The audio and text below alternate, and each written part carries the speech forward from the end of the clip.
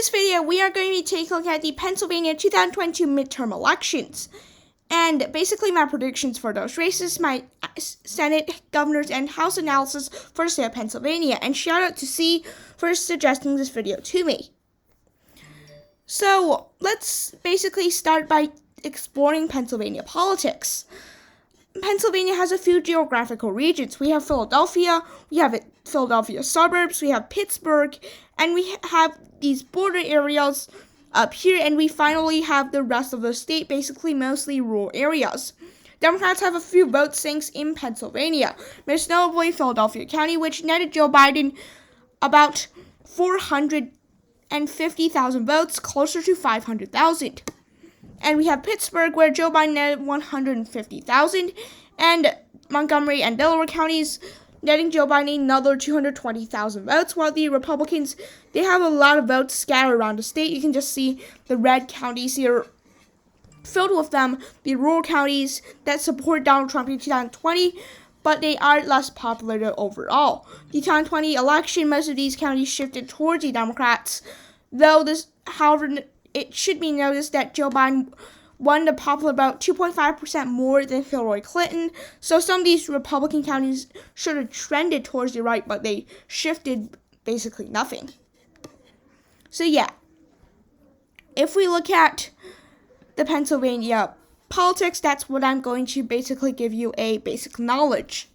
Now we're going to take a look at the 2022 Senate election. We're going to give you a preview. So 2016, Pat Toomey won by 1.5 points. As a Republican in this race, he is retiring, and that's why we have such contested primaries on both sides. Again, we have quite a lot of candidates. Sean Parnell was supposed to win the Republican primary, but he dropped out. And then we have a huge ton of candidates right now. If we look at the Republican primary, it's much less squeezed. We really only have John Fetterman, the lieutenant governor, and Conor, a U.S. representative. And again, there's a few smaller candidates, but they're not really going to make much of an influence. Now, if we look at a lot of these endorsements, again, it's really just going to be Conor Lamb vs. John Fetterman. For a Democratic race, it looks like that, in my opinion, that Lamb is probably going to win this primary. Although he is polling below John Fetterman, it looks like that Fetterman has fallen quite a lot of support.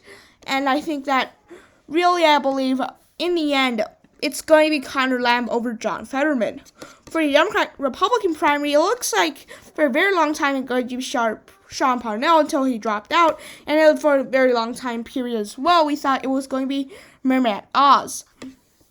But then David McCormick came up, and he is currently leading in most of the polls.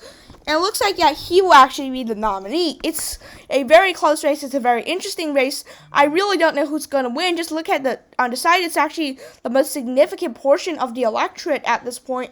You can see that undecided leads in a lot of these polls. And yeah. So that's going. I think it's going to be McCormick in the end. So it's going to be Conor Lamb vs. McCormick. In the Pennsylvania governor's elections, really Josh Shapiro is going to be the only Democrat candidate at this point that is serious. You can see there are 3 candidates, but really it's going to be Josh Shapiro. On the Republican side, a little bit more contentious. You can see a lot of these candidates. There's right now, speaking, there's so much undecided, so I think a lot of people don't know very much of a lot of these candidates. It looks like to be Lou Barletta, but again, with so much undecided, and the race still being quite close, it's still pretty much undecided. But if you look at my governor's election night, which I'll link right up there in the cards section, Lou Barletta, I do believe, will be the nominee. For the Democrats, of course, Josh Shapiro. And now I'm going to get into the interesting part of this video. I'm going to be predicting the Senate and governor's races, as well as the House of Representatives, which I'll just get into in a second. I'm going to start with my Senate prediction. I give the Republicans an edge in this race very narrowly. I think the Republicans have a 60% chance of winning. maybe a little bit higher than that. I give them an advantage of about 60,000 votes, or 0.87%.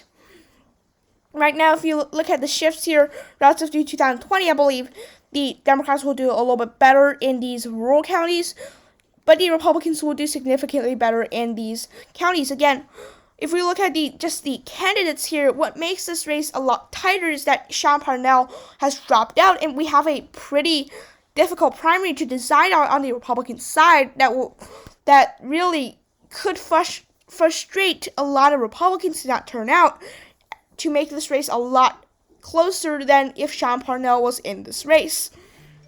Again, Republicans getting a lot of pockets, but Republicans actually flipped 3 counties, Erie County and Northampton. Both of them were won in 2016 by Hillary Clinton, but 2020 they went to Joe Biden. And then we have Central County, which went to Biden by less than 5, and Clinton barely won the county. So yeah, those 3 counties will flip. Otherwise, though, you can see that there's not much of a change. It's really just these counties that are basically bordering Delaware and New Jersey. Those counties swing to the right, and the Allegheny County and its suburbs, exurbs, shifting towards the Republicans. The rural counties shifting towards the Democrats. I think this might have been a mistake here. So yeah, something like that. Right now it's actually R plus 1.1, which is quite interesting. I think Lancaster could make a pretty big difference. Alright, so yeah, that's probably better 0.97 for the Republicans. Again, that's going to be my explanation. For the governor races, if we look at this map, slightly more Republican, about 1.6 for the Republicans. If we look at the shift, pretty similar map, but if we compare it to the shifts right here, you can see in the Senate map, you see a lot more blue on this map compared to this map. Alright, so the blue actually stays relatively similar, but the red, you can see, expands to a lot of these areas and upper state, as well as a lot of these counties around Allegheny. Those counties shift towards the Republicans, and that contributes to a larger percentage for the Republicans in this race, as the Republicans, although still very divided in this race, at least have an idea of possible candidates. And Josh Shapiro, I think, not going to be appealing that well in this race, and going to probably lose this election. So that's my county map. Again, very similar to my Senate forecast, but just a little bit more red basically everywhere. Allegheny County, Philadelphia County, and basically all the counties, alright? But in the Pennsylvania 2020 House, you can see that in Pennsylvania here, I just want to close the ads. There are 17 districts and 19 electoral votes. The new map and the old map, the new map actually just got released a couple of days ago. Very similar to the old map. A few changes here. The map is slightly more favorable to the Democrats, and they did lose a district. They drew out a Republican. This map is slightly favorable to the Republicans, and it's actually not exactly a fair map, as the geographics for Democrats in the state is just very horrible. So for Democrats to still be a little bit ahead of the Republicans in some of these districts, I think a little bit biased toward the Democrats, although pretty fair map overall. It's just the it's basically the geographics that make me think that this map is slightly favorable to the Democrats. In this race, this map is in litigation, as the Republicans see it as a not so fair of a map. Very slight changes here. The notable things that Conor Lamb's district actually gets short up for the Democrats a little bit. It's pretty much a incumbent protection map. You short up the Democrat and Republican incumbents a little bit. You do squeeze some Democratic voters from the 4th district, from Madeleine Dean's district, but overall not much of a change. You can see a more incumbent protection map, except Susan Biles, a Democrat, who is likely to lose re-election due to basically, if we look at this race here, basically due to the fact that she's in a 4-point more Republican district. So yeah, now if we look at the United States House of Representatives, so we're going to fill in the safe seats. Honestly, I don't believe that these are too surprising, these districts. Honestly, they won't be contested by either political party. I don't think these filling in these districts, they will rise so much argument about how I'm filling these in. 6 Republican districts to start with. Well, for Democrats, you actually could see a little bit more competitive in Mike Doyle's district. You could see a little bit more competitive districts in some of these districts as well. But I think that, yeah, these incumbents probably, I'm just going to be filling these districts in safe. So 6-4 in favor of the GOP when we first start our districts. For the likely Republican districts, I'm not going to talk too much about these districts as well.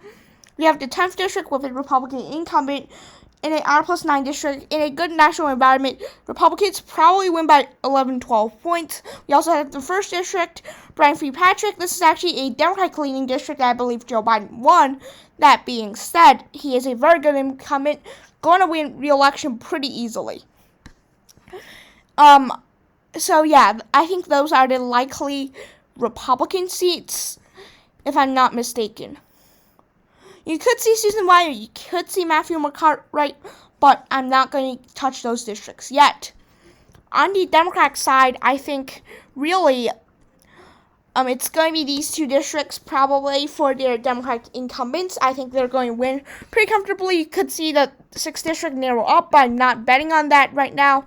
Yeah, so those are the So I'm going to fill in these districts. By the way, to subscribe to my YouTube channel, by hitting that big red button, I just want you to give it a tap to see what happens. Well, I think you all know what happens, alright? Anyways, for the lean districts, for the Republicans, there's quite a few of them. Actually, it's all 3 of the remaining seats, which does end the map with a 60-11 majority for the Republicans. You may be a little bit unhappy about this map, but let me explain why. So, basically, if you're a Democrat, you might be a little bit unhappy, but just given the national environment, I think this is a pretty fair estimate, alright? So, it will be a 60-11 map. For these 3 districts, I, of course, will explain Conor Lamb running for Senate in a district in which I believe previously Republicans held a very large advantage in the 17th district in the old map. And Conor Lamb was able to flip it, but with him not being on the ballot and just being a bad national environment for the Democrats, they probably lose this district by about 2 points, which is a lean characterization. You could say it's tilt. I agree both ways. So yeah, it's going to be going to the Democrats, to the Republicans. Susan White in a R+4 district could have some hardship of winning, especially because the generic ballot is actually right now R+3, the best generic ballot for the Republicans, basically from the beginning. So yeah, pretty much Republican environment here. And Matt Cartwright, he was on the verge of losing re-election in 2020. He's in a deeply Republican district and a trending Republican district. So he's going to have really a lot of hardship of winning re-election. He's actually in a better position than he was based on his district being about 1 point bluer than the previous district. That being said, still a decently red district, as this map will show. And either way, I think he's going to lose re-election. He is a decent incumbent, I should say, but just not enough to win re-election here. And so that finishes our map 6-11 in favor of the Republicans. Just based on this one map, Republicans, I think, despite having won, their incumbents lost. I think Republicans, they do gain 2 seats, while Democrats lose 3, because there's, again, one district that's going to be gone due to the census. Anyways, thanks for watching. Be sure to subscribe, like, and watch the videos on your screen. Thanks for watching. Have a nice day, and bye.